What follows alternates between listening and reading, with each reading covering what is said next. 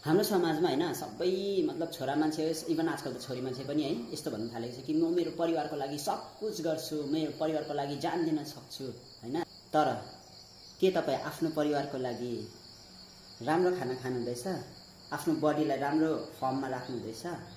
के बेलुका टाइममा सुत्नु हुँदैछ? के बिहान टाइममा उठ्नु हुँदैछ? अगर यो सब कुछ गरेन भने हैन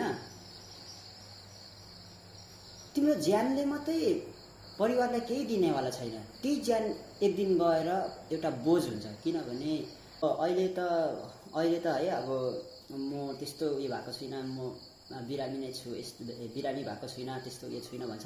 तर आफ्टर 30 हाम्रो जब बडीदेखि मसल मासहरू घट्नु थाल्छ है, हाम्रो बडीले राम्रो पर्फर्म गर्नु छोड्छ। जब हाम्रो बडीको इम्युन सिस्टम हाम्रो जति एज बढ्दै जान्छ र हाम्रो बडीको इम्युन सिस्टम घट्दै जान्छ, त्यो टाइममा अगर हाम्रो हेल्दी खाना छैन,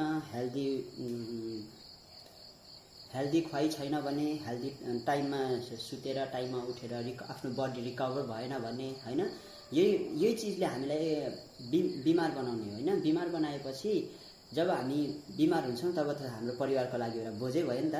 त्यही कारणले गर्दाखेरि हेल्थ इज मोस्ट इम्पोर्टेन्ट। त्यही भएर एउटा इङ्ग्लिसमा उखान पनि छ, prevention is better than cure.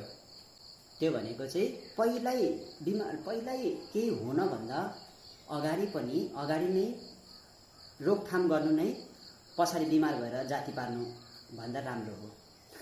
राम्रो एक्सप्लेन गरेँ होला। अनि अर्को कुरा, अब फेरि म ग्यारेन्टी दिन सक्दिनँ कि एक्सर्साइज गरेर डेली एक्सर्साइज गरेर डेली उयो गरेर पनि बिमार हुँदैन भन्ने होइन। किनभने हाम्रो यो ह्युमन बडी हो, त्यस्तै प्रकारले बनेको हुन्छ, हुन सक्छ।